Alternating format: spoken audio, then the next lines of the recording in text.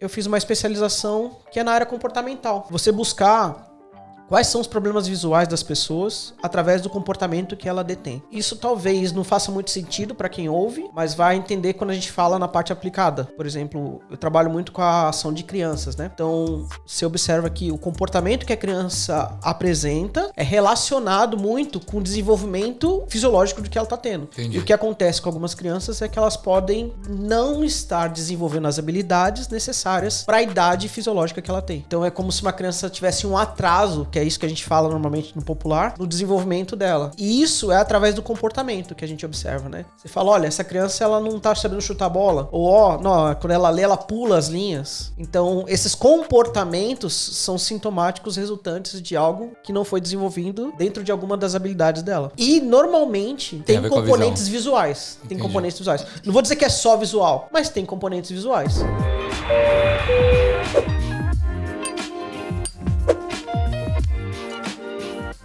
Salve galera, sejam bem-vindos a mais um Equalizando, o podcast oficial do Grupo Brasileiro em Sydney 2022.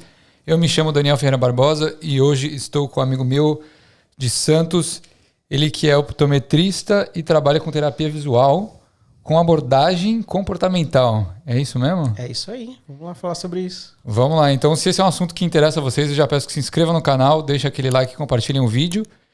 E para trocar essa ideia comigo, um parceiro meu de São Paulo, Austrália, é isso aí. Fabrício Paes, mano. Obrigado por ter vindo, mano. Pô, Dani, obrigado. Primeiro, assim, imensamente agradecido pelo convite, né? Imagina. A gente tentou fazer na outra vez e acabou não dando por vários motivos, mas hoje é quando o tempo de Deus quer, né? O tempo de Deus não tá ajudando muito tempo, né? Tá ótimo, porque aí não deu pra trabalhar, então a gente veio já deu aquele migué. Então a gente já veio fazer absurdo isso. Nessa cidade. Cara, frio chegou, né? De Sydney agora já tá senhora. aqui 10, 11 graus hoje, né? Então, tá com 11? chuva. É, com chuva. Nossa, mano. Então, bom, enfim, ótimo tempo pra gente bater um papo. Pra trocar uma ideia, né? Realmente, eu preciso trazer um heater.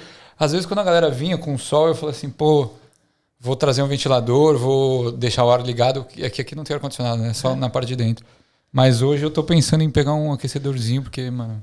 Na verdade, o estúdio você sempre tem que acrescentar sempre várias coisas, né? Você vai desenvolvendo o teu projeto, cada vez você vai vendo, putz, eu preciso disso, preciso daquilo. Então, acho que é super normal também você pensar, putz, eu preciso de um heater, preciso de um aquecedor. Mas, pô, parabéns, o seu projeto tá indo muito bom, assim, a gente te acompanha sempre. Muito obrigado. Não só pelo conteúdo, que é interessante, mas pela amizade que a gente tem, né? A gente sempre gosta que os amigos cresçam. Então, pô, muito prazer de estar aqui contribuindo com o seu crescimento também. Eu que agradeço, bro. E se apresenta pra galera que não te conhece. Cara, fala um pouco sou sobre Fabrício você. Paes, né? Um wave aqui pra câmera. Eu sou natural de Santos, São Paulo, Charlie Brown. Charlie Brown. E eu sou formado em optometria, bacharel em optometria pela Universidade do Contestado lá em Santa Catarina, em Canoinhas. Morei um tempo lá, né, para me formar nessa faculdade que ainda era uma profissão que ainda, assim, apesar do histórico grande, no Brasil ainda está em desenvolvimento. Tá. Tem algumas coisas a ser ajustadas, legislações para serem promulgadas, então está em expansão. Então, o lugar ideal lá no Brasil, onde eu na minha época, fiz em 2006, acho que 2006, 2007, desculpa, eu concluí, 2002, 2000, era lá, e aí eu acabei mudando para lá e desenvolvendo esse conhecimento, né? Muito porque meu pai já é optometrista. Teve essa influência dele. Ele teve formação no Brasil, alguns cursos, viajou para Inglaterra para conhecer mais a profissão, morou um ano lá. Que da hora. E aí trouxe esse conhecimento pro Brasil, mas era muito nichado, muito difícil, né? Então, ele acabou se formando nessa faculdade, na primeira turma que abriu. Tá. E eu me formei na 7ª turma dessa mesma faculdade. Ah, que da hora. E depois de um tempo trabalhando na área de optometria, né? Como optometrista. E a gente pode falar mais sobre o que é logo em seguida. Perfeito. Eu fui estudar Direito, porque eu queria desenvolver a profissão, ver como é que era a legislação, como é que trabalhar com a parte mais social mesmo, assim, como que a gente pode politicamente desenvolver, ou não só política, a gente está falando eleitoral, política que digo de saúde pública, perfeito, de desenvolvimento de projetos, como que a gente pode ter impacto na sociedade para a sociedade reconhecer uma profissão que tem seu valor e ela precisa ser reconhecida, mas também precisa mostrar trabalho, entendeu? Não é uma coisa tão fácil de ser explicada, né? Não é o preto e branco. Você tem uma graduação de cinza no meio, de várias condições para que uma profissão seja realmente reconhecida, né? Tá. E então eu fui estudar Direito, fui trabalhar com essa parte política social, política pública. Tá. Me formei em Direito também, então sou a minha segunda formação. Que da hora. Nessa condição eu conheci minha esposa, que é a segunda Bárbara. Graduação? Que é a Bárbara, o amor da minha vida. Manda um beijo, tem que mandar um beijo, né? Bárbara, te amo, é minha esposa linda. Que coisa linda. E que tivemos um relacionamento e desenvolvi a parte de conhecimento mais jurídico na área, né? Uhum. Também tive a oportunidade de participar de agremiações dentro da faculdade, de Direito, desde Centro Atlético, Diretório Acadêmico, todas essas partes de presidência de liga, de esportes. Que da hora. E realmente, quando eu fui pro Direito, eu imergi lá para entender e saber mesmo. No ambiente da... E aí depois, quando eu estava no meu 5º ano, que eu fui trabalhar na área, eu realmente aí desisti e voltei para optometria. Você chegou a trabalhar com Direito? Cheguei a trabalhar mais na parte de estágio, ali na parte de quando você está fazendo o exame Pro-AB. Perfeito. Mas, cara, é muito difícil no Brasil, assim, as condicionantes são muito grandes. Entendi. Pra você ter uma ideia, eu pagava mais na mensalidade da faculdade do que no estágio que eu recebia. Então, ainda bem que eu já tinha uma formação, então eu tinha um emprego e tinha uma família que também me deu um suporte. Tá. Mas, é muito difícil você ter... Mas enquanto você fazia Direito, você trabalhava com optometria? Eu trabalhava com optometria. Sempre trabalhei nessa área, né? Então... mas eu tentei emergir durante um período de 1 ano, 1 ano e meio. Eu saí do meu trabalho no meu 4º ano e foquei em trabalhar somente na área de Direito para poder absorver, né? Sim. E realmente vi que isso não era para mim, porque minha paixão era a optometria. Isso é bom, né, cara? Assim, bom ou ruim. Gastei um dinheiro numa formação, que é uma formação mais intelectual do que efetivamente prática. Sim. Mas, em compensação, tenho certeza absoluta do que eu faço hoje. E pode te ajudar nessa questão jurídica. Eu tenho muito, muito mais condições de habilidade no que eu faço hoje, porque eu tive essa formação intelectual na parte de Direito. Olha só que da hora. E voltando para a optometria, eu fiz uma especialização que é na área comportamental, né? Que é você buscar quais são os problemas visuais das pessoas através do comportamento que ela detém. E isso talvez não faça muito sentido para quem ouve, mas vai entender quando a gente fala na parte aplicada. Por exemplo, eu trabalho muito com a ação de crianças, né? Então, você observa que o comportamento que a criança apresenta é relacionado muito com o desenvolvimento fisiológico do que ela está tendo. Entendi. E o que acontece com algumas crianças é que elas podem não estar desenvolvendo as habilidades necessárias para a idade fisiológica que ela tem. Tá. Então, é como se uma criança tivesse um atraso, que é isso que a gente fala normalmente no popular, no desenvolvimento dela. E isso é através do comportamento que a gente observa, né? Você fala, olha, essa criança ela não está sabendo chutar a bola. Ou, quando ela lê, ela pula as linhas. Então, esses comportamentos são sintomáticos resultantes de algo que não foi desenvolvido dentro de alguma das habilidades dela.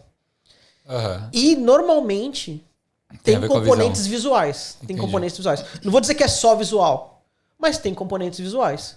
Tá. Nos componentes visuais eu ajudo. Essa é basicamente a parte do meu trabalho. Entendi. E é gratificante, né? Porque quando você trabalha com essa parte comportamental e ajuda a criança, cara, sim, você vê o resultado muito rápido, né? Eu tenho uma filha hoje, né? Que a Bárbara, maravilhosa, minha esposa, pôde me trazer ao mundo essa criança, que é a Belinda. Sim. Amo de paixão. Coisa e, cara, fofa. Você já conhece, né? Ela é muito gente fina, assim, muito uma particularidade da minha filha, né? E ela, cada semana é uma criança nova. Assim, é absurdo ela chegar em casa ou acordar no dia seguinte com uma habilidade que você fala de onde ela tirou. Né? Desde uma criança que ela engatinha, ela começa a apoiar, você corta para 1 mês depois, ela tá escalando as coisas, ela tá abrindo gavetas. Tipo, já não fala, para. E ela tenta uma vez, não conseguiu. Né? A gente tem uma coisa muito interessante, eu vou fazer um corte aqui da Belinda, que ela... Semana passada a gente começou a fazer aquelas trancas de criança em casa, porque, óbvio, tem algumas gavetas que são mais perigosas pro manejo de uma criança dentro de casa. Vai pegar uma faca ali. Exato. Estávamos dentro da sala, assim, eu e minha esposa, e aí eu vimos ela de costas, tipo, reclamando, tipo, uma criança. Tipo, a gente, o que tá reclamando? Aí minha esposa, notoriamente é a tranca que a gente colocou essa semana. Aí eu levantei e falei, o que a Belinda tá fazendo? Aí fui lá olhar. ela já tinha tirado a tranca e ela tava reclamando que ela não tava conseguindo colocar de volta. Ela já tava querendo enganar vocês. A tranca que ela falei, Bárbara, ela tá reclamando que ela não consegue colocar de volta a tranca, e não o contrário. Olha só que inteligente. Aí a gente falou, ela falou, não é possível. Aí minha esposa foi lá, levantou e colocou a tranca. Cara, não deu 2 segundos essa criança, tipo, apertou o botão e puxou. E aí, tipo, pegou a tranca e tentou colocar de volta, ela não tá conseguindo encaixar. Porque é aquele pino, né? Sim, tem que colocar certinho. E aí, cara, aí você fala, meu, né? Então, assim, e aprende muito rápido, habilidades, né, que mano? você fala assim, cara, eu não sentei com ela pra ensinar isso. Perfeito. Mas intelectualmente ela já desenvolveu essa habilidade, né? E cada criança tem um desenvolvimento. Às vezes a criança pode ser muito esperta para um tipo de determinada habilidade, para outra habilidade ela já não ser tão desenvolvida. Sim. E voltando para a área de optometria, no caso a comportamental, a gente observa muito isso. E quando a gente trabalha com crianças, essa intervenção ela é muito rápida, assim. Você quando consegue intervir ou aprimorar essas habilidades dentro dessa criança, ela alcança o nível dela, o nível de desenvolvimento da idade dela muito rápido, né? Sim. Rápido comparado a um tratamento, sei lá, longo, tá? Se falar, às vezes um tratamento fono, você dura 2 anos, 3 anos para uma dificuldade de fala, dicção. Sim, vou receber uma fono aqui também. Tratamento, ela falou, né? Às vezes as crianças podem até desistir no meio, porque é um tratamento longo, você precisa, tipo, de uma demanda, tem que ter uma rotina. E quando ela vai, você tem que sempre estar... É uma criança, você tem que estar interagindo, tem que estar dando interatividade, assim. Então, no caso da parte visual... Cara, 80% da nossa capacidade intelectual é absorvida pela visão. Então, assim, lógico, é só você pensar no seu dia. Né? Você acorda, você acende a luz, você olha o seu celular, você vai no seu banheiro, você olha o seu rosto.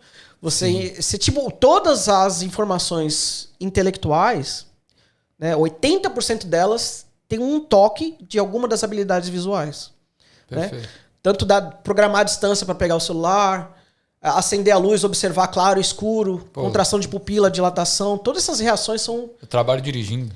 Exato. Por exemplo, o estímulo, a cada segundo você está conferindo velocímetro, distância, GPS, olhar para o passageiro se está tudo ok. Então, assim, são vários componentes que os seus olhos tocam o mundo para o seu cérebro entender. Perfeito. Entendeu? Sim. Então, o seu olho é a forma do seu cérebro tocar o mundo exterior. Então, nos componentes visuais, a gente consegue ter um resultado um pouco mais rápido, porque a resposta é imediata. Quando eu ensino uma habilidade, por exemplo, para uma criança, que é o que a gente está falando, a capacidade dela de absorção já é grande. Nos componentes visuais, mais rápido ainda. Perfeito. Então, às vezes em baixa complexidade, alguns assuntos, 3, 6, às vezes 8 meses, você já está automatizado ou automatizando algum tipo de habilidade que essa criança não tinha e ela começa a ter, e isso fica, uma vez automatizado no cérebro, né? A neurocognição fala sobre isso.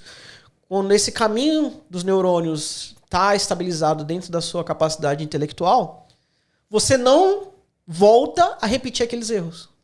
Entendi.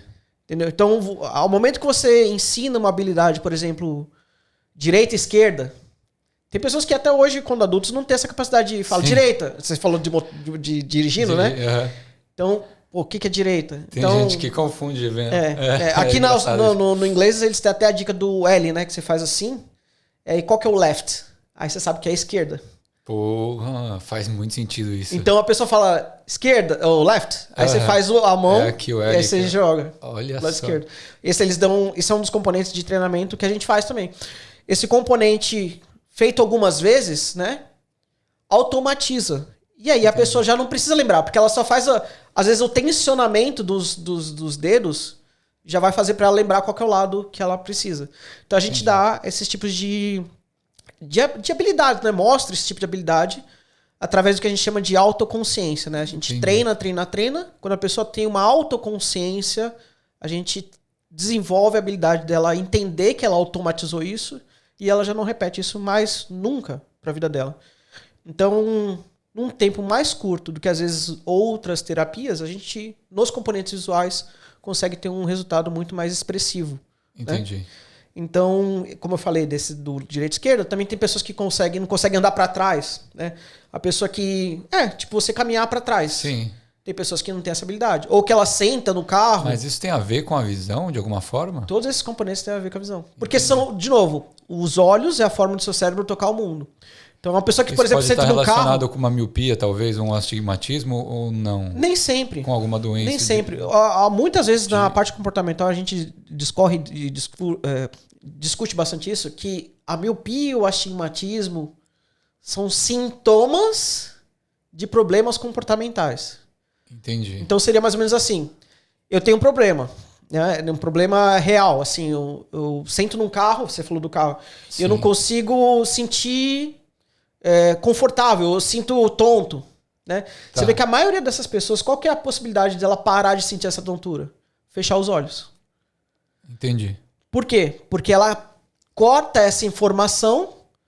E aí, sem essa informação, o cérebro fala, ok, eu estou mais confortável Tô num ambiente hoje. seguro, alguma coisa assim. Isso independe de miopia, hipermetropia ou astigmatismo. Entendi. Isso, na verdade, são sintomas de adaptação do cérebro ou dos olhos para corrigir ou tentar melhor capacidade visual dentro das condições necessárias. Tá, interessante. Então assim, o que na verdade, para te entender melhor o que a gente está falando, o que o optometrista faz? O optometrista... Posso te cortar rapidinho? Claro, fica com vontade. E você se especializou nessa área? Da parte comportamental. É o que eu me especializei e vim para a Austrália para conhecer isso. Ah, então você veio para a Austrália para se especializar mais ainda? Exato. Porque na ideia que eu tinha no Brasil... Ah, não tinha nada a ver com inglês, então? Ou que você estava infeliz com a sua... Tinha, porque quando a gente começa a ter mais estudos neurológicos... É tudo em inglês, todo material em inglês. E aí eu tinha muita dificuldade, como eu acho que a maioria das pessoas tem, que é... Você olha lá e você quer realmente... Você traduz, mas não traduz aquele... Não entende 100%. O que está sendo falado ali. Uhum. Né?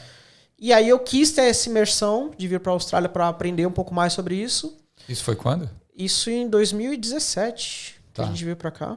Veio junto com a Bárbara. Vim com a minha esposa e hoje estamos com a Belinda há 1 ano e meio. Tá. Né? Já se vão quase 6 anos aqui. Uhum. E, cara... Mas assim, com a intenção de ficar, vocês saíram do Brasil? Não, viemos com a extensão de 6 meses, assim. Vou aprender inglês. Aquele negócio Eu vi padrão. há pouco tempo atrás no podcast aqui, né? Vou para 6 meses aprender inglês. Todo mundo, meu querido. Assim, A vida é muito dura para isso, né? Tipo, não vai. Sim. Então, o que aconteceu? A gente veio e, cara, ficamos. E aí, por consequência, acho que no 2º ou 3º mês eu arranjei um emprego na área. Já como optometrista? Não, eu arranjei como ótico. Ótico. Então você trabalhava numa ótica? Isso, eu trabalhava numa ótica. Eu preciso explicar um pouco mais o que é optometria, mas a gente pode entrar nisso. A gente entra nisso. Mas é relacionado mais à área ótica, né? Tá. E eu entrei na minha área, comecei a estar perto dos profissionais que trabalham com isso. Legal. Fui desenvolvendo conhecimento. Mesma coisa que todo mundo começa aqui. 1 dia casual, 2 dias, 3 dias. Foi pegando experiência. Hoje eu já tenho um contrato um pouco mais expansivo dentro da empresa, já parte administrativa. E fui procurando empresas dentro da área de comportamento.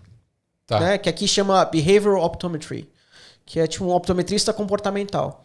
Entendi. E hoje a empresa que eu trabalho são 6 lojas que trabalham exatamente com o desenvolvimento de terapias visuais e acompanhamento de crianças. É específico no que eu queria lá quando eu estava no Brasil. Entendi. E a Austrália é um país forte nisso? Cara, sim. Em pesquisa ela é um dos pioneiros. Na minha área de comportamento, é um dos pioneiros. Estados Unidos continua sendo número 1. Sim. E a Austrália ali está em 2º com o Canadá. Acho que as duas áreas são muito boas assim, na demanda de pesquisa. Tá. Na demanda de terapia, tipo assim, sentar e fazer terapias e criar técnicas para isso, eu acho que a Europa é melhor. Você tem referências ali na Espanha que são fantásticas. Das minhas mentoras, assim, pessoas que eu estudei, que eu tenho uma grande admiração. Inclusive trouxe o livro, que é a Pilar Vergara. Ela está na área da Espanha. São pessoas maravilhosas ali desenvolvendo no CIODEC. Eles desenvolvem várias capacidades de treinamento, desenvolvimento de terapias. Eu acho que ali a parte prática é um pouco mais apurada do que a parte intelectual nos países de língua inglesa, né? Sim.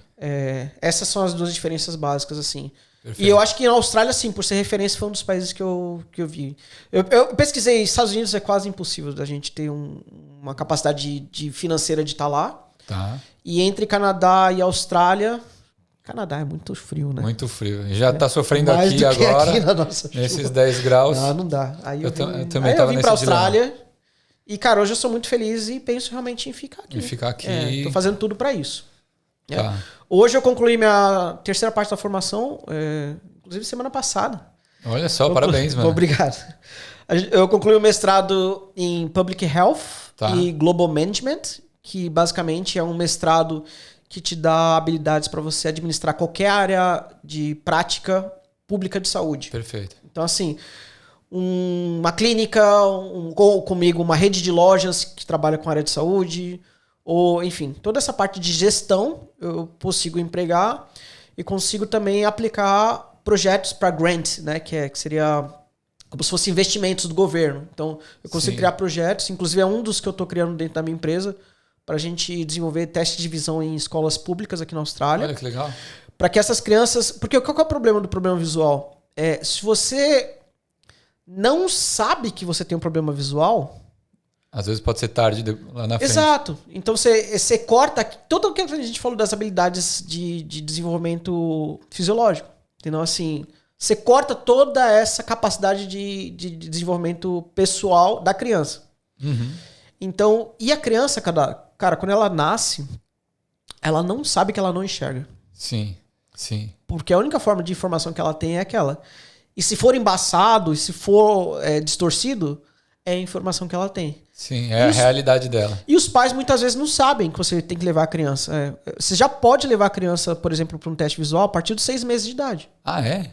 Tipo, bebê, mesmo que você não tenha o foco visual, você já pode ver, por exemplo, se ele tem capacidade motora interligada com a capacidade visual. Sim, faz uns testes de reflexo, algumas coisas. Teste de reflexo, de observação, se a criança segue alguns pontos. Você já está me demonstrando ali se ela tem cognição entre o olho e o cérebro. Olha e se só. essas habilidades, dentro das habilidades dela, dentro da capacidade que ela tem ainda a desenvolver, mas dentro da idade dela, se ela já tem a capacidade de estar dentro do desenvolvimento ideal para aquela idade.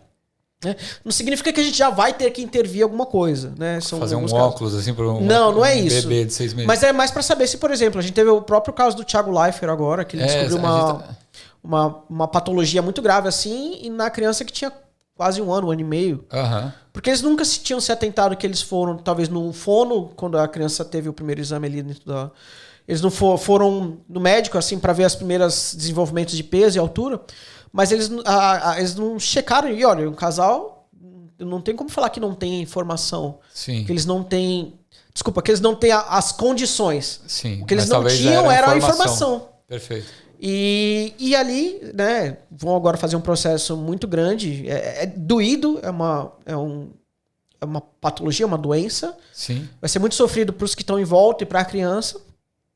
Mas que, se tivesse intervido antes, poderia ter um resultado muito mais fácil de adaptação. Entendi. Entendeu? E qual que foi o cenário que eles descobriram na filha ou filho? Basicamente, parece que ela teve uma alergia nos olhos, alguma coisa assim, tipo uma vermelhidão. E aí foram para fazer um exame oftalmológico comum. Né? E a gente pode discutir o que é a diferença de optometria e oftalmologia. Eu coloquei aqui nas perguntas.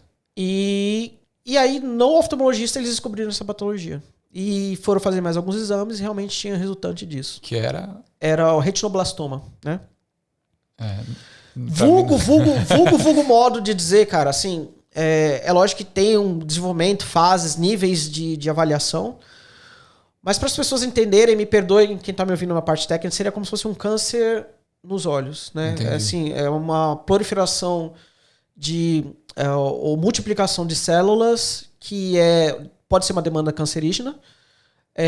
E, assim, tem um tratamento para redução, tem tratamento para enucleação, que é realmente tirar os olhos.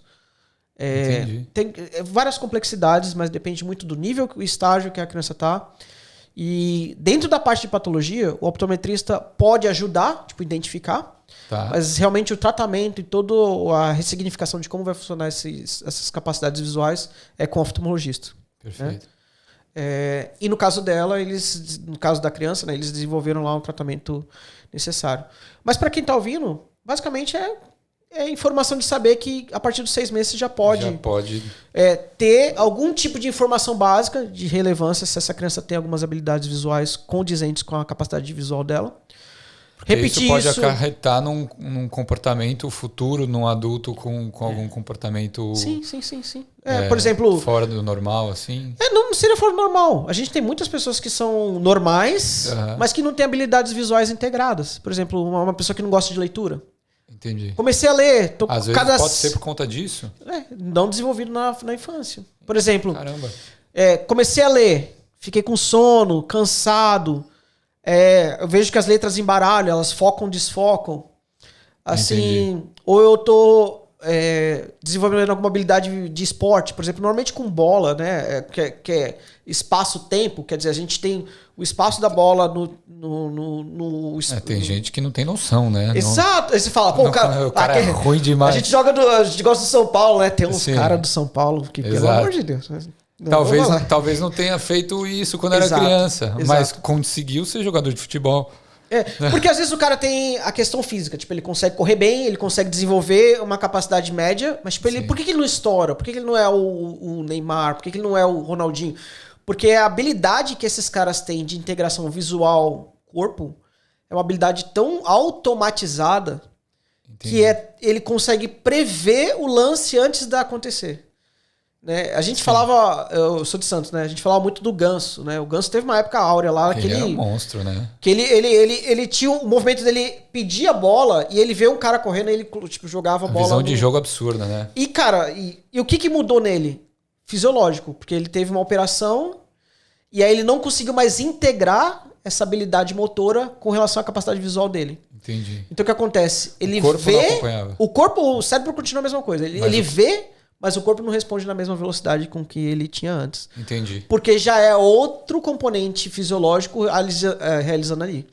Então, aí entra fisioterapeutas, né, os educadores físicos, para automatizar essa nova realidade. Entendi. Então, a gente tá falando de futebol, mas pode ser de vida, cara. Alguém que escreve e não tem uma caligrafia boa, pode ter componentes visuais. Pode ter componentes visuais. Entendi. Pessoas que não conseguem ler durante muito tempo, componentes visuais. Assim, não tô generalizando, não é tudo. Perfeito. Mas tudo pode ter, se tiver, né, dentro desse tudo, algum componente visual, nesses componentes visuais eu posso ajudar. Entendi. Isso é algo que depois que você alcança a fase adulta, não tem solução? Tem. Mas é um processo muito mais demorado. Mais lento. Por quê? Porque assim como você aprendeu as suas primeiras palavras e ao ocorrer a primeira habilidade quando criança muito mais fácil, sim. Quando mais adulto, a automatização dessas habilidades fica mais lenta. Né? Tá. Então, por exemplo, talvez aprendi uma arte marcial, por exemplo, que é uma... que trabalha muito com o corpo, com a visão, com onde vai pegar. Por exemplo, no jiu-jitsu, onde vai pegar, ou no Muay Thai, ou no boxe, onde você vai bater. Perfeito. São habilidades que, quando você é treinado muito, muito cedo, ou mesmo no futebol, você consegue automatizar isso mais rápido. Então o cara fica muito mais habilidoso porque ele tem isso automatizado. Diferente de alguém, tipo a gente, né, agora a querer aos 30, ou uma pessoa aos 40, começar algum tipo dessa habilidade e chegar em alta performance. Querer competir no... Ele pode até conseguir, mas vai demandar muito mais esforço e mais treino. Sim, total. Entendeu? Então, a mesma coisa para as terapias visuais. Você vai ter, talvez o que eu falei lá no começo, de 6, 8, às vezes 1 ano de habilidade de treinamento em terapia para ter uma habilidade integrada. Tá. Você vai ter o dobro ou o triplo, dependendo da capacidade de tempo. E essa pessoa também vai ter que ter o tempo de ir lá nas consultas, fazer e se desprender de algumas habilidades, não de habilidades, mas de alguns preconceitos de, por exemplo... uma coisa bem simples. Para você andar para trás, para você dar passos para trás, às vezes você precisa aprender a rolar no chão. Ah, é? Porque você sabe que rolando no chão você vai saber o que é um rolar para a direita, o que é um rolar para a esquerda, e aí você vai saber dar o passo cruzado para trás. Aham. Então, se a pessoa estiver preparada para integrar essas habilidades, por exemplo, eu quero resolver direita e esquerda, porque eu não sei muito. E ela se depara, às vezes, num consultório, tendo que tirar o sapato e tendo que rolar por um período de um lado para o outro. Não tô falando que isso é sempre, mas talvez seja. Sim, sim. Se ela pudesse desprender disso, ela consegue desenvolver habilidades. Entendi. Né? Você vê que, por exemplo, no próprio boxe ou na própria luta, a maior parte do treinamento de uma aula são habilidades de movimento. Tá. Para depois você ter o tempo da ação. Sim, sim. Você entendeu?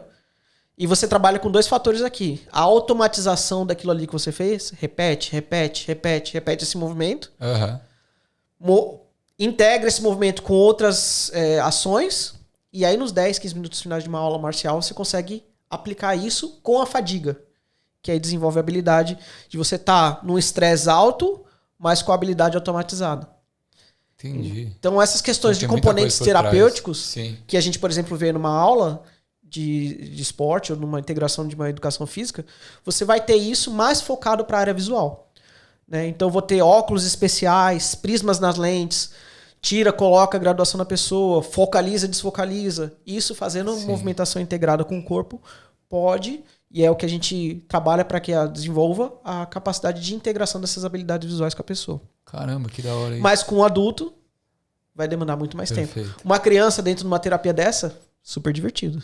Sim. Tipo, tem que pular, rolar. Um adulto não, né? Ficar rolando no chão, mano, tá. Exato. Ele tem que ir preparado para algum tipo de desprendimento para poder desenvolver essa habilidade. E a gente tem bons resultados. Mas talvez isso não vou dizer que ele vai, durante 2 anos, rolar no chão toda semana. É isso. Mas ele tem que estar preparado para... A gente tenta na terapia cada semana fazer uma coisa diferente. Né? Não é sempre uma mesma coisa. Às vezes é 3 componentes, 4, 5 componentes da habilidade visual que a gente vai trabalhar na mesma terapia. Vai passar alguns exercícios para casa. Mas não necessariamente é só isso. Tá? Tem muitos componentes aí dentro disso que a gente vai trabalhar. A pessoa tem que estar preparada para isso. É uma terapia. Então ela tem que estar preparada para estar recebendo isso e automatizando. E aí a gente tem, hoje com a tecnologia, a gravação, a pessoa escreve quais são os goals, né? os objetivos dela, tudo que ela quer, grava ela falando o que ela queria desenvolver, e aí você pega ali dali a um ano, 2 anos, o recorte disso, com a pessoa com a habilidade integrada. Toda. E aí você consegue mostrar para ela, falar... a evolução toda que ela teve. Exato. Isso é muito legal. Que da hora. Então, me tira uma dúvida, mano. Qual que é a diferença? Aliás, o que faz um optometrista? Certo. E qual que é a diferença entre oftalmo e optometrista? Certo. De forma geral, assim, tem muitos componentes direcionados, mas eu vou simplificar até para todo mundo entender o que é. Tá. O optometrista é basicamente a evolução do ótico. O ótico é aquela pessoa que está na ótica capacitada para desenvolver ou criar ou fabricar qualquer um dos componentes visuais. Tipo assim, óculos, lentes de contato. Tá. São pessoas que sabem sobre esse conhecimento. Tá. Na base disso, há quase 150 anos atrás, foi criada a optometria, que é o profissional que avalia quais são as necessidades disso. Então, muitos anos atrás, era o profissional que colocava a lente e testava. Falava assim, isso é melhor ou isso é melhor? O que você acha? Ele ia testando esses componentes. E ficava mudando a lentezinha naquele aparelho lá. Antes era pior, era lentes soltas e tal. Perfeito. Então, assim, muito mais... não vou dizer amador, mas tipo mais... arcaico. Arcaico. Então, assim... Corta para hoje, a gente tem equipamentos super tecnológicos, onde você senta, 2 botões, você já sei a graduação da pessoa. Sim. Mas não é saber só a graduação da pessoa, é realmente saber qual é a linha de conforto dentro daquela graduação. Porque não adianta colocar o máximo.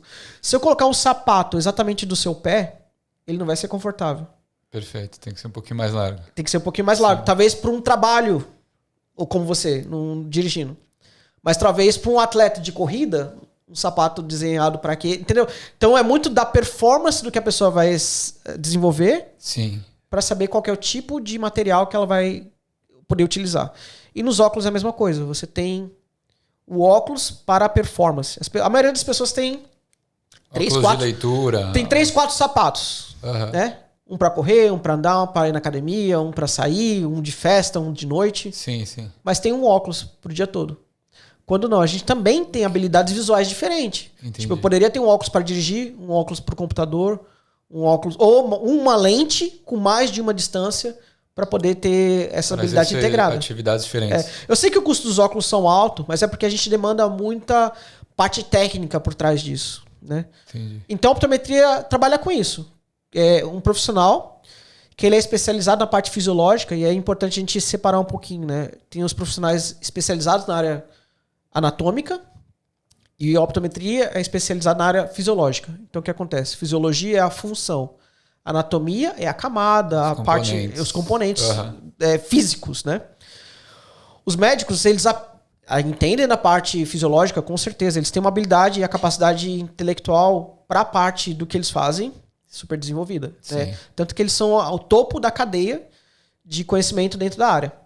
Mas na prática fisiológica, o profissional que desenvolve a terapia, que está lá no dia a dia, ele precisa de outros componentes. Né? E aí, no caso, é o optometrista, que entende da função desse órgão.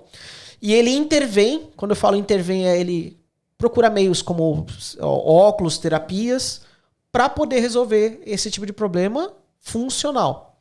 Se o problema é anatômico, aí necessariamente tem que ter o acompanhamento do oftalmologista. Por exemplo, uma cirurgia de catarata. Lógico, é uma intervenção anatômica. Sim. Precisa de um médico. Agora, por exemplo, óculos, eu não preciso de nada que eu encoste na pessoa para ter a capacidade dela mudada. Uhum. Tanto que uma pessoa que usa óculos, ela não é deficiente. Porque quando ela está com óculos, ela tem total capacidade intelectual de desenvolver o mesmo tipo de rendimento do que uma pessoa sem visão. Ou com uma visão muito. Com uma visão normal. Né? Então, o óculos ele é condicionante de uma capacidade de habilidade. Então, o que a gente faz é tornar essa pessoa o mais capaz possível. Tanto que a pessoa, quando ela busca rever o óculos, que ela está sentindo fraco, é buscar a volta dessa high performance. Né? Ela busca novamente essa capacidade integrada. Então, ela sente que ela está reduzindo para fazer o tempo de leitura ou de escrita. Ela sente que para ela ver alguma coisa, a informação já não chega da mesma forma. Ela procura a gente novamente para a gente atualizar essa qualidade de performance que ela tem. Entendi. Então, o que o médico faz é intervenção. O que o optometrista faz é desenvolvimento funcional. Isso é muito parecido, por exemplo, com, para simplificar, um médico ortopedista e um fisioterapeuta. Certo? Qual que é a dificuldade do nosso país, o Brasil, né? O Brasil, a optometria, ela foi, durante o tempo colonial, reconhecida. Tá. Durante o tempo regencial, e aí em Nova República, teve algumas discussões na área da medicina que absorveram a maioria das profissões que não eram qualificadas. Então, assim, por que não era qualificado? Porque esse cara vinha de outro país e atuava como optometrista lá. Entendi. E aí o Brasil começou a ter uma autonomia na Nova República, né? E aí eles falam, não, peraí, aqui só vai quem qualificar no Brasil que vai poder exercer. E aí as faculdades de medicina, o direito, né, que eu também sou dessa formação, começaram a desenvolver essa parte intelectual brasileira. Entendi. As academias brasileiras, as universidades. Perfeito. E muitas das profissões não conseguiam ter ainda profissionais que dessem aula. Por quê? Porque a demanda é grande para o trabalho, quem que vai estar na sala de aula ensinando os outros? Sim. Então você tinha profissionais ali de conhecimento prático. Então eu pego o meu filho e começo a ensinar para ele. Esse filho ensina para o outro. Não tem uma formação. Isso a gente está falando, pessoal, do Brasil República, né? Sim. Você lembra que não tem essa infraestrutura que a gente tem hoje. Sim. E aí a medicina começou a tomar conta de algumas áreas mais abrangentes, né? Tanto que você tinha o otorrinolaringologista que cuidava também de olhos. Ah, é? No começo da formação, sim, até ter a academia oftalmológica, o otorrino é quem cuidava da parte anatômica ocular. Sim, sim. Né? E a medicina se desenvolvendo com a excelência que ela tem, ela foi fragmentando para a melhor experiência do próprio usuário. Sim, sim. Ou do paciente, no caso. E aí ela absorveu a oftalmologia, que no Brasil, até, cara, esse ano, a gente ainda estava numa disputa grande sobre a optometria e a oftalmologia de integração desses profissionais. Tá. Porque desde o ano de 98, 97, a gente já tem o curso brasileiro em nível bacharelado no Brasil. De optometria? De optometria. Tá. Foi o que você fez? Não, meu pai fez essas primeiras turmas, acho que em 99, 2000, tipo, bem no começo. Tá. Na universidade que ele foi, né? Tinha outra universidade que fazia antes, que é a Universidade da Ubra, no Rio Grande do Sul. Sim. E, enfim, e até agora, 2022, a gente pode botar aí 22, quase 25 anos talvez, essa profissão ainda não estava reconhecida. Né? Então a gente, na área legal agora, para você entender, tem duas fragmentações. Né? O reconhecimento e a regulamentação. Tá. Então, por exemplo, você pega o cabeleireiro no Brasil. Cabeleireiro não é reconhecido. Todo mundo corta o cabelo. Sim. Mas não é uma profissão regulamentada. Entendi. Não tem uma lei que fala, o cabeleireiro faz. certo? Tá. É um exemplo. Sim. Então, como isso tem várias profissões. Então, o optometrista ele estava lutando para o reconhecimento. Nós existimos. E para isso você tem que ter impacto social.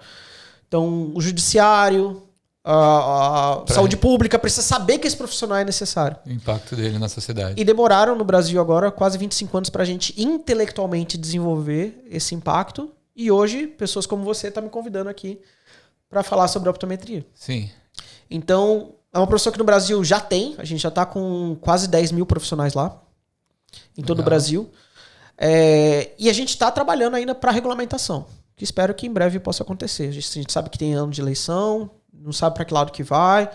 Mas independente do lado que for, a briga pela profissão, pelo exercício profissional limpo, claro, pleno e com todas as condições possíveis de ter excelência, assim como a medicina, é livre. Essa briga é justa e livre. Sim, né? sim. E a gente vai continuar lutando para isso. Pouco a pouco. Hoje o que a gente busca é como aqui na Austrália. Tem um relacionamento cordial entre esses dois profissionais. Sim. Pode ter discordância, ok. Né? Hoje na optometria na Austrália, o optometrista prescreve colírios, acompanhamento para glaucoma. Eu ia perguntar essas diferenças. Né? Ele hoje aqui ele é bem mais desenvolvido. No Brasil é mais a parte refrativa mesmo. A gente ainda está lá atrás discutindo se pode ou não indicar óculos. E a partir desse ano já foi reconhecido que a gente pode realmente fazer isso através de uma DPF, né, que chama o conhecimento pessoal de direito, que queira saber, a DPF 131. E a gente teve uma vitória já transitada em julgado que o profissional de nível superior em optometria pode prescrever e exercer as funções de terapia visual dele. Discussão que ainda vai se prolongar. Vai ser longa. Porque até a regulamentação, até onde ele pode fazer o que ele pode fazer, vai ser discutido dentro do plenário. Tem uma área cinzenta. Vai demorar, exato. Vai ter uma área bem cinza. E isso ainda vai evoluir ainda para uma discussão muito mais longa, que é até onde vai os limites do cada profissional. Diferente da Austrália, o Brasil tem a lei do ato médico, que também delimita a ação do oftalmologista, ou do médico em geral, de qualquer especialidade, e que também lá já tem um veto da presidente Dilma, que vetou que não é exclusivo do oftalmologista a prescrição de óculos ou órteses, né, órteses ou próteses oculares para visão. Então, já não é exclusivo do médico, e o optometrista hoje tem a habilidade e o reconhecimento do STF de poder fazer isso. Então, essa é basicamente... Mas aqui está muito mais avançado em relação ao Brasil, sim. né? A Austrália, a gente está mais ou menos... Se a gente contar a mesma história, a gente tem mais ou menos uns 56 anos, para ser mais exato. Entendi. Do Brasil e Austrália. Uhum. Né? A gente está na discussão no Brasil lá 50 anos atrás do que teve aqui na Austrália. Então, é um profissional reconhecendo ainda, lutando pelo reconhecimento.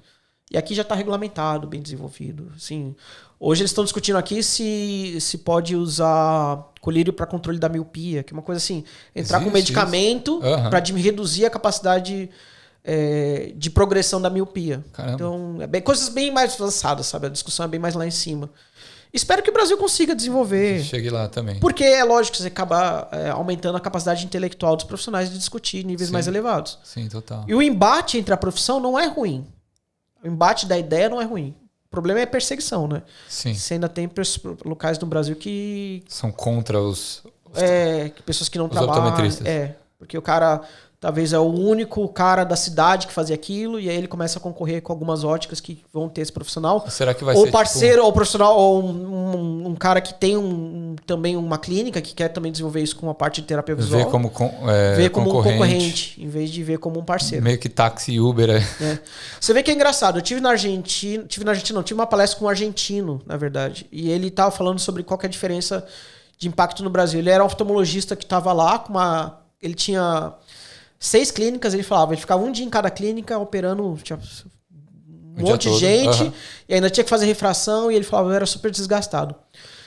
Sempre fui contra a optometria porque eu via como concorrente. Esse cara, eu vi uma palestra dele na Elche Allen, que ele falou o seguinte, é uma marca de produtos, né? E ele falou assim, a melhor coisa que aconteceu pra mim foi a optometria. Porque o que eu fiz? Eu coloquei um cara desse em cada clínica. Aumentou em dobro a demanda, porque a parte de refração ele não fazia, mas filtrava quem tinha as patologias. Entendi. E aí, quando ele ia atender, em vez de ele atender 50 pessoas no dia, 40 pessoas, ele atendia 20 já com relatório, foto, com tudo ali. Então ele já chegava perfeitamente direcionado com o conhecimento e habilidade que ele tem de alta performance e intervenção direta. Então assim, como um filtro de impacto social, até a OMS fala que a optometria é a primeira barreira para a capacidade visual. Então assim, se você tem um optometrista trabalhando ali, lembra do projeto que eu falei, da escola, saber ir nas escolas e as crianças saberem, os pais das crianças saberem que tem esses problemas visuais, já gera uma demanda para o próprio oftalmologista futuramente saber que ele tem uma pessoa mais integrada com um histórico melhor. Já vai ter esse histórico todo programado num caso de uma patologia para ser indicado, entendeu? Então são duas profissões que se complementam, na verdade. Com certeza. Você imagine um ortopedista que faz uma cirurgia e depois não tem um tempo, porque ele tem que continuar operando, para fazer as partes de terapia. Tá lá com você apertando, puxando, fazendo... Um físio podia fazer. O físio faz. Podia fazer não, né? O físio faz. Exato. E aí, como é tão integrado que hoje no Brasil a gente pensa, putz, eu tenho que ir no ortopedista para depois ir no... Ou tem alguns tipos de tratamento que ele fala, vou direto no físio porque não é caso cirúrgico. Entendi. E é exatamente o que a optometria trabalha para desenvolver. Sim. Você não precisa ir no médico se o seu caso é fisiológico, se é um problema funcional. Sim. Se com óculos, lente de contato ou algum tipo de intervenção protética ou de órtese, você consegue ter desenvolvido a sua habilidade de forma perfeita. Sim. Então você vai no optometrista, se for o caso, o optometrista vai encaminhar você, né? É o que na Austrália a gente fala de referral, né? Ele vai fazer um referral para você para um oftalmo. E vai para um oftalmo não só um generalista, vai para um oftalmo específico daquela coisa que você tem um problema. Que já vai tratar já. Exato. Você já vai, inclusive, com fotos, imagens para aquele tipo de determinado profissional. Então, assim, de forma geral, são profissões que são integradas, deveriam ser, pelo menos no Brasil, a gente está discutindo para isso. Tá. E que eu não vejo que o embate seja ruim. Sim. A perseguição, sim. Então, essas são as duas condições gerais. E acho que já, dentro disso, o que o optometrista faz basicamente é isso. É poder promover a capacidade visual para que a pessoa tenha os componentes intelectuais ou desenvolver a capacidade cognitiva e intelectual de forma adequada com qualquer outra pessoa de normal performance. Sim. Né? E que, se ele quiser aumentar a performance dele, ele vai ter que também analisar quais são os componentes visuais que podem aumentar essa performance ou não. Entendi. E, bro, como é que é essa demanda profissional aqui na Austrália por optometristas? É uma demanda alta? É algo que pode garantir um visto? Cara, não tem ninguém. E nisso só fez da última vez que eu pesquisei, sou Joe. Você é o único. Tipo, que optometrista que eu conheço. Eu sei que tem algumas pessoas trabalhando na área ótica. Tá. Assim, vendas, administração, não da área ótica de optometria. Tem muita demanda, mas não é uma demanda qualificada. Assim, a formação que a gente tem no Brasil não é suficiente para chegar atendendo na Austrália. Entendi. Eu mesmo estou desenvolvendo a parte de processo para trabalhar, atender aqui. Entendi. Infelizmente, com o Covid, tive que parar esse processo, que é um processo que tem legislação, tem 4 níveis de como se fosse um revalida. De validação disso. Então, eu tenho que fazer uma prova prática, tenho que fazer uma prova teórica, tenho que demonstrar minhas habilidades em inglês, eu tenho que passar por uma banca de exames técnicos e exames de perguntas. Entendi. A apresentação oral mesmo do que você está falando. Então, é um pouco complexo. Eu pretendo trabalhar com isso, porque a demanda é cara. E você já está inserido no mercado. E eu já estou inserido no mercado, eu já conheço a rotina. Perfeito. De como funciona. Então eu acho que hoje, depois de quase 6 anos, eu acho que eu tenho a capacidade de mostrar como é que é esse caminho. Tá. Ou pelo menos saber como é que é esse caminho, eu vou tentar. A gente está falando de quase 40, 50 mil dólares com todo esse processo. Mentira, mano. Porque talvez ainda precise voltar 1 ou 2 anos para a faculdade para fazer. Tá. Porque no Brasil a minha formação é para a parte refrativa. Então eu faço as terapias e faço a parte de refração. Mas aqui tem a prescrição. Então você tem medicamentos que aqui, como os brasileiros sabem, medicamentos que aqui são autorizados e no Brasil é outro. A Anvisa lá é diferente da Anvisa aqui. Né? Anvisa aqui. Que é o ADA aqui. Então assim, eles são diferentes. Então tem medicamentos que trabalham lá que não trabalham aqui. E minha formação não tem, mesmo eu tendo farmacologia dentro da minha grade de subjects, eu não tenho ao contento deles aqui. Então ainda, apesar de passar de toda essa banca, ainda vou ter que voltar algum tempo para a faculdade, coisa que eu estou disposto. Porque a comunidade brasileira merece que tenha um profissional nesse nível de qualidade para poder exercer a função. O que eu faço hoje, eu sou gerente da loja que eu trabalho. Tá. Em Roselands, né? No momento hoje, eu estou na iCare Plus em Roselands. Sou gerente da loja, então eu trabalho com a tradução, desenvolvimento. Como eu já tenho habilidade, muito tempo aqui, os profissionais que eu trabalho, eles me conhecem. Eu faço faço alguns tipos de coisas de tratamento de terapia, ajudo realmente na parte prática, até para facilitar em português o que a pessoa tem que fazer de comando. Sim. E então ajudo bem diretamente, mas tenho que ter uma pessoa supervisionando hoje, no momento de hoje. Coisa que futuramente eu espero que não precise. Fazer por conta.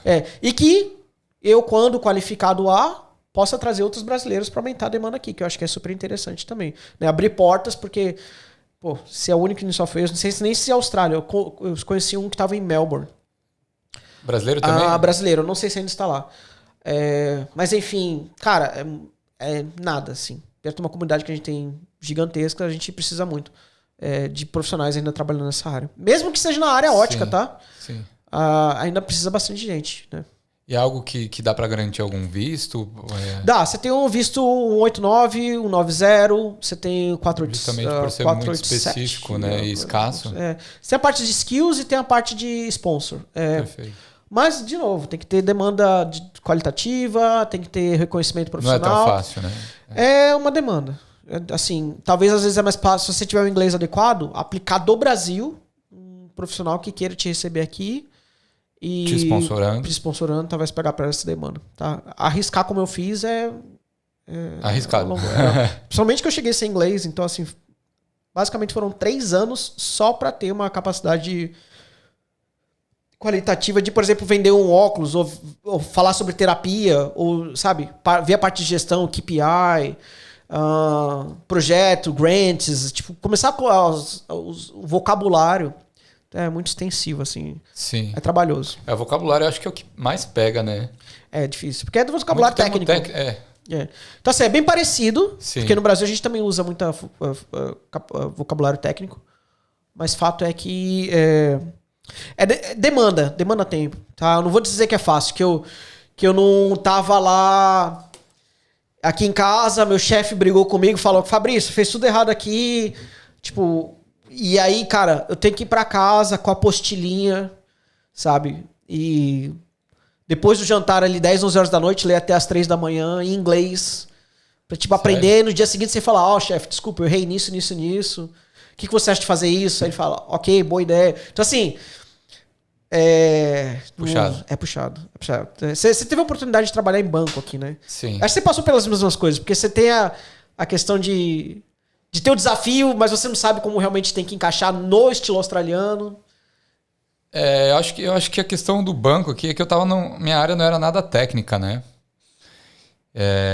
Então, o pessoal lá eu fui treinado no banco.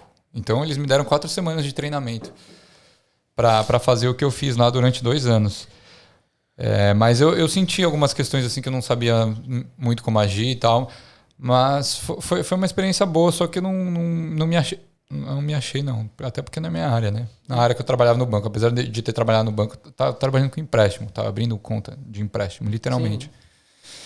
Não, uma coisa direcionada. Cara, eu sou apaixonado pelo que eu faço. Tive um pai que talvez... Minhas primeiras memórias são dentro de uma ótica, sabe assim? Sério? Tipo, seu pai tem uma escola, você falou, né? Ele tem uma escola chamada OWP Educação. A gente já está com 4 unidades e abrindo o sonho do meu pai, que agora é que é uma faculdade. Ele vai tornar as escolas uma faculdade. A gente tá trabalhando Olha, eu saí de lá 6 anos, né? Quase 6 anos. A gente já tá há uns 10 anos investindo no prédio. Pô, que da hora. Reformando capacidade, trazendo professores de doutorados, mestrados para o projeto. Aumentando a capacidade intelectual do curso. Desenvolvimento do curso EAD, porque hoje o futuro vai ser o híbrido, né? Que é a prática presencial e... Principalmente na área de saúde vai ser híbrido, tá? Tipo assim, não é 100% online. Sim. Mas vai ter alguns componentes online. Então a gente tem que ter uma plataforma própria para não cair... Tipo, se a plataforma sumir, a gente não ter esse erro de tipo, ter o conteúdo liquidado. Então tem todas umas questões jurídicas e intelectuais que são difíceis para o desenvolvimento educacional. E eles estão trabalhando lá. E hoje, com o meu mestrado, a minha ideia é também trabalhar remotamente para ajudar eles na parte intelectual. Né? Hoje eu tenho um blog que é fabriciopais.com. fabriciopais.com, tá? E a gente...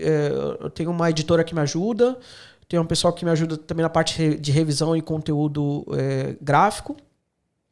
E eu tento publicar pelo menos 1 a 2 textos por semana.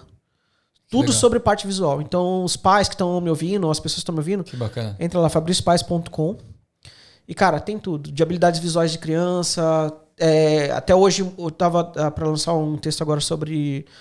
Eu tava uma discussão com a minha esposa sobre o uso da tela, né? Pra minha filha, se a gente vai usar, não vai usar. E a gente começou agora a usar. Uso responsável. Ela vai ter iPad. Ela vai ter um tempo de uso e a gente também vai escolher os vídeos que ela vai usar. Então, tem que ser vídeos de aprendizado. Eu quero que ela tenha uma distância adequada. Ela não pode ficar assim, ela tem que ficar numa distância adequada. E também tem que ser um vídeo de conteúdo. E a gente tentou introduzir agora as telas para ela num período que ela já sabe mais ou menos o horário. E tá dando resultado, assim. Ela já tá começando a estar... Como os vídeos são interativos ou eles são de aprendizado, então eu tento fazer essa higiene visual dela, brincar também com peças móveis, mas tá ali na tela. E ela, cara, já tá falando inglês, é muito engraçado. Com 1 ano e meio, tipo, ela fala, sit down. Tipo, come in. Tipo, coisas que ela aprendeu somente no vídeo. Então, assim, ela já tá tendo alguns componentes de habilidades linguísticas e visuais, que eu acho que é proveitoso, mas tem que ser de uso responsável. Que legal. Né? Não é legal você estar no restaurante e a criança tá usando o iPad. Sim. Não tô dizendo, não vou discriminar quem faça. Sem julgar. Mas eu acho que a habilidade de estar ali, a criança interagindo com a comida e conversando com outras pessoas, também é uma habilidade social. Né? E eu estava discutindo até há pouco. Lá nas comunidades passadas, na fazenda, eu estava conversando com o meu amigo Henrique, né? E aí a gente falou sobre isso. Nas comunidades rurais, era muito comum o pai ensinar para o filho a enxada, ou para, né, ter essas questões culturais do homem e da mulher, que a gente já é mais híbrido hoje, mas enfim, tinha do homem da lavoura ou a mulher da casa, que eu acho que é uma besteira, né? Assim, hoje a gente já evolui para outras questões muito mais desenvolvidas. Mas lá na época de agricultura, né, do ser humano em desenvolvimento, era a instrução da função social trabalho desde cedo para a pessoa trabalhar. E hoje em dia não, hoje em dia a gente já está discutindo muito sério sobre as habilidades sociais, né? Assim, a pessoa tem que ter habilidades sociais. E o seu filho talvez usar um iPad num jantar, talvez num jantar de gala com várias pessoas, talvez você tenha um controle melhor do comportamento. Eu entendo quem o faz. Sim, mas, por exemplo, em casa você pode não fazer. Você pode estar ali conversando com ela. Sim. Né? Uma coisa que a gente tenta fazer desde cedo na minha filha, e é exatamente pelo estudo comportamental, é conversar com ela como adulto. Então eu pergunto pra ela como foi o dia dela, e ela não me responde, ela responde na língua dela. Mas ela tem essa interação de todo dia estar ali conversando comigo. Que da hora. Componentes do tipo, eu dou banho nela, a gente troca, ela já tá preparada, faço oração no final do dia e falo, o que você quer ler? E aí ela aponta hoje para uma estante que a gente tem, e aí eu pego ela vai lá, escolhe o livro dela. Entendeu? A gente tava até conversando. Tem livros grandes e tem livros pequenos. Alguns livros pequenos que a gente tem são curtos, são tipo música, tipo Brilha Brilha Esteirinha, sei lá... Pequeno Príncipe. Pequeno Príncipe. Não Pequeno Príncipe, mas tipo de músicas, tipo... Wincy Spider, que é tipo... Eu esqueci o nome em português agora, enfim. E aí minha filha, tipo, ela pega o livro que ela quer, se ela quer um livro de história, e nos livros pequenos ela pega o livro pequeno e fala, mamãe, tipo, porque a mãe canta a música. Ah, tá, entendi. Então você vê que ela já tem uma interação com 1 ano e meio de entender a diferença dos tamanhos, usando os componentes visuais dela, e saber qual é o resultante daquele componente do que ela vai pegar. Então, eu espero... Assim, espero, Belinda, por favor, me ouça isso no futuro. Me ouça no futuro. Espero que você tenha uma capacidade de leitura e hábito de leitura, que é extremamente importante, né? Sim, total. Isso é uma das coisas que a gente não sabe, mas um dos componentes de leitura é o que a gente chama de movimento sacádico, né? O olho, ele salta de uma palavra para outra. Sim. E é como se você estivesse fazendo um exercício mesmo, uma academia. Sim. Então, quando você tem uma habilidade de leitura frequente, você tem uma capacidade intelectual mais ativa. Não só pelo conteúdo de entendimento, mas também por exercício dos componentes visuais ficarem mais ativos na sua cognição cerebral. Entendi. Então você ler mais habitualmente e com uma qualidade de rapidez ou de precisão. Uma absorção maior também. Você vai ter uma absorção maior, não só da leitura, como do mundo interpretativo. Então, por isso que a gente tem essa... o componente visual também está integrado na capacidade intelectual de desenvolvimento de uma criança. Então, eu espero que ela tenha uma capacidade de leitura apurada, e vai incentivar porque eu sei isso. que necessariamente ela vai ter uma capacidade visual integrada. Cara, isso é muito legal. Bro, eu queria te fazer uma pergunta, é mais pessoal mesmo. Que você tava falando de óculos e tal, e eu fui lá fazer um teste, né? E eu sei que eu tenho... Cara, eu não sei o que eu tenho, na verdade. Mas eu deveria ter usado óculos desde criança e não usei. E hoje eu vejo mal com o olho esquerdo, né? Tipo, meu olho direito é muito bom. Aliás, ao contrário, meu olho esquerdo é muito bom e o direito é um pouco embaçado, né? Então o esquerdo ele compensa. Tanto que quando eu fui fazer a carta aqui, teve que fazer o teste, né? Aqui e tal. Pô, e na hora de fazer com o olho direito, eu fiz com um vãozinho aqui, tá ligado? Fazendo hack do teste. Pra ver as letras aqui, ó. Porque eu não conseguia... Não façam isso, não façam teste de visão adequado. Não recomendo. Mas pô, senão eu não ia conseguir ler, eu não tava conseguindo ler. Imagina. Tem muita gente que vai com lente de contato fazer o exame também, a pessoa não sabe identificar se ela tá com lente. Então, e o óculos, ele serve para curar alguma doença que você tenha ou só para não piorar? Ou independente do que você tenha, o grau vai aumentando gradualmente? Como é que funciona isso daí? É complexo, porque cada pessoa... Depende de pessoa para pessoa. Não existe cura, tá. Existe intervenção. Você pode fazer uma cirurgia refrativa com o médico, com um optometrista. E pode desenvolver essa capacidade de não precisar usar o óculos. Mas tem óculos que são para rendimento, tem óculos que são... É complexo, porque depende de cada pessoa. Tá. No seu caso, talvez para a vida normal, não. Tipo, você não afeta. Sim. Mas esse olho, talvez para o desenvolvimento de uma leitura mais direcionada. Quando você reduz a intensidade de luz, por exemplo, dirige à noite, no seu período de trabalho, você já vê que tem uma dificuldade. Talvez o movimento por uma direção você faz mais rápido e é mais atento.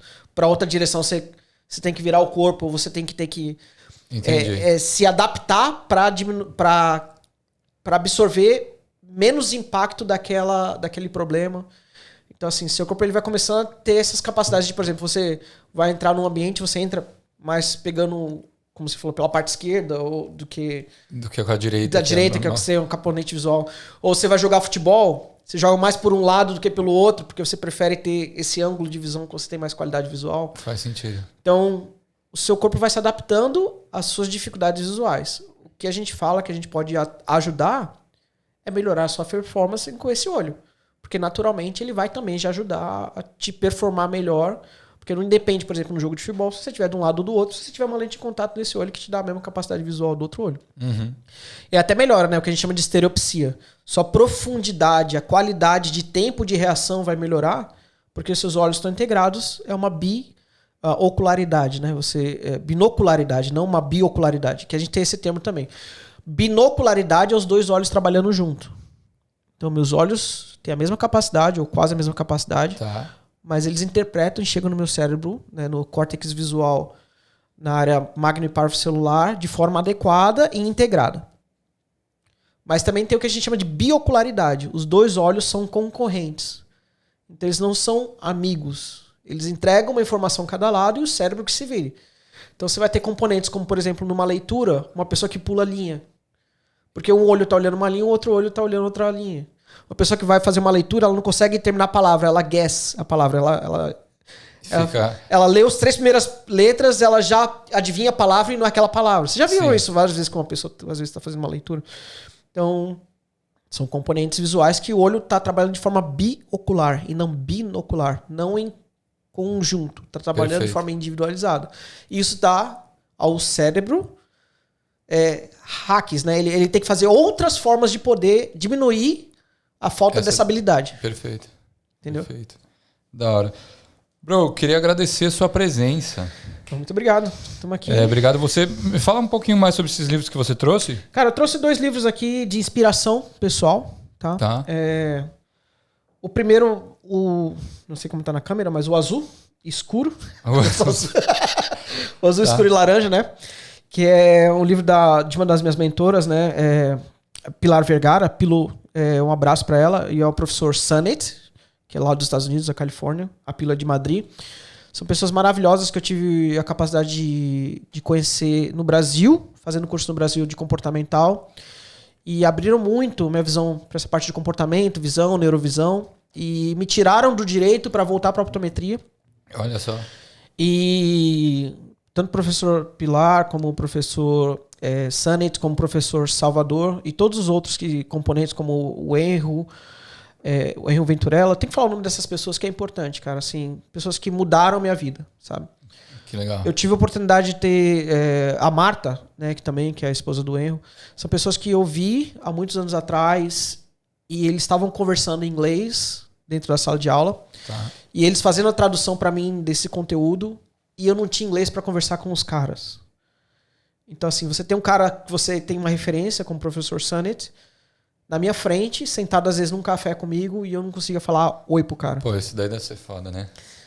Foi o que mudou um dos componentes da minha vida. Tive o prazer, cara, de em 2018 poder ir pra Europa, em Madrid, num congresso, do CIODEC, que a gente comentou, que é uma das referências, com a professora Pilar e o professor Sannett. E emocionante a capacidade que a gente tem do inglês, né? Eu tive lá e, cara, eu consegui apertar a mão dele e conversar com ele. Ah, que legal. Tipo, o cara me viu, acho, 3 anos depois, eu tive um papo bem legal com ele entendeu minhas ideias. Ele falou, parabéns, tipo... E aí eu falei, muito emocionado, porque assim, é mudança de vida, né? Tipo, eu vim pra cá e é um cara que me mostrou isso lá. E aí eu falei pra ele, pô, professor, obrigado, você mudou a minha vida. E aí ele falou pra mim assim, cara, eu não mudei a sua vida, eu te fiz ferramenta pra mudar outras vidas. Olha que da hora. Então ele falou, meu sonho, o sonho dele, é impactar 1 milhão de pessoas no mundo através da terapia visual. Se você puder ser informação e força de trabalho nisso, é por isso que eu estava com você conversando. E muito grato de hoje você me ouvir em inglês, porque você consegue me absorver melhor do que antes, sendo traduzido. Então, um cara que te inspira como esse, ou como esses professores, são os que te levam para frente. É um cara que eu vi lá e mudei minha vida inteira. E hoje eu rezo e trabalho para minha filha, por exemplo, ter a capacidade de falar português e inglês. E ela ter a opção de terceira língua. Sim.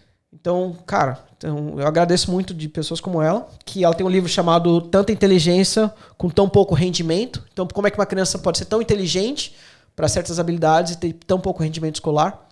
E ela define lá nesse livro, que tem em português também, como pode se trabalhar nas terapias visuais para desenvolver a capacidade de habilidade visual conforme a idade da criança. E outro livro que é da Susan Barry, que eu não a conheço pessoalmente, mas já ouvi algumas palestras sobre ela, que é uma neurocientista. Esse livro tem em português também, em espanhol e em inglês, que é Fixing My Gaze. É o primeiro livro que eu li em inglês. Olha que orgulho, cara. Eu consegui ler o livro em inglês. Cara. E aí, eu li uma parte em português, mas consegui concluir em inglês.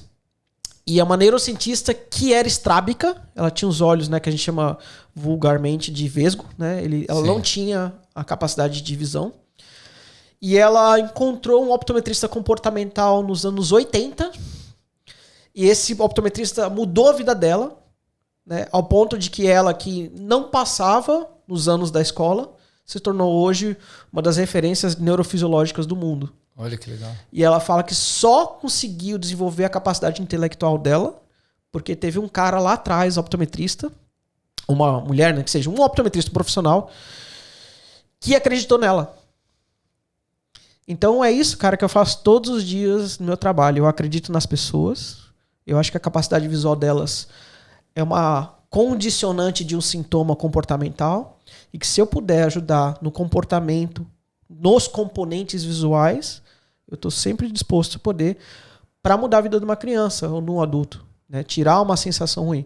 Uma criança que a gente consegue ajudar, impacta essa criança poder entrar numa faculdade, ter uma oportunidade de emprego melhor, mudar a vida da... Exato, porque, volta de novo que a gente falou, o olho é a forma que você toca o mundo. E se essa visão é embaçada, todas as suas informações podem ser também distorcidas para absorção disso, né? É isso. Incrível, mano. Que da hora. Curti demais o nosso bate-papo. Valeu, irmãozinho. Precisar de alguma coisa?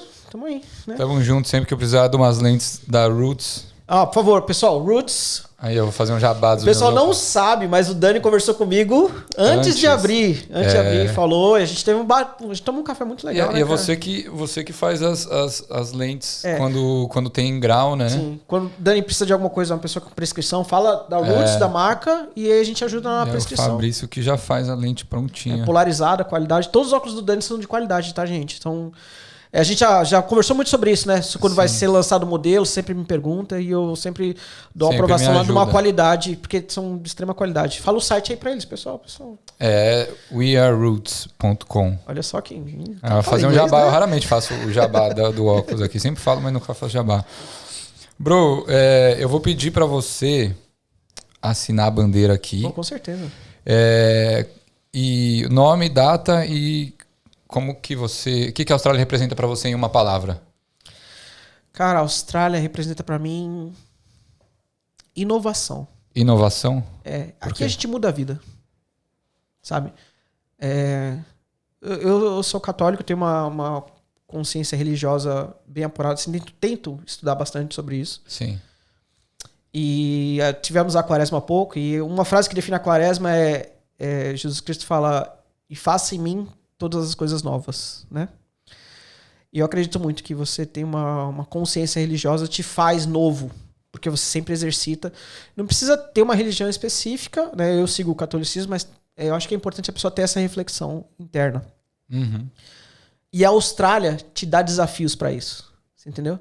É como um pai que, então, quando você pede, pai, eu quero jogar bola. Tu não vai dar pro teu filho a medalha. Tu vai dar pra ele a chuteira, ou a bola.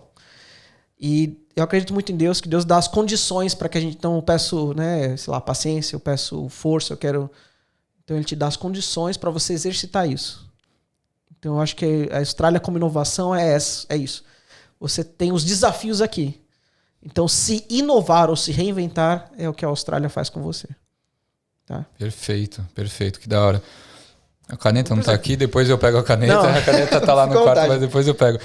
Gente, eu espero que vocês tenham curtido esse episódio. Foi uma conversa muito bacana. Não esqueçam de seguir o Fabrício aqui no Instagram dele. Você também tem o seu blog, né? Isso, fabriciopais.com. E no Instagram, optofabríciopais. Perfeito. E também nos sigam no Equalizando. Façam parte do nosso grupo Brasileiros em Sydney 2022. E até o próximo episódio, gente. Tchau, tchau. Valeu, obrigado, hein? Tchau, tchau.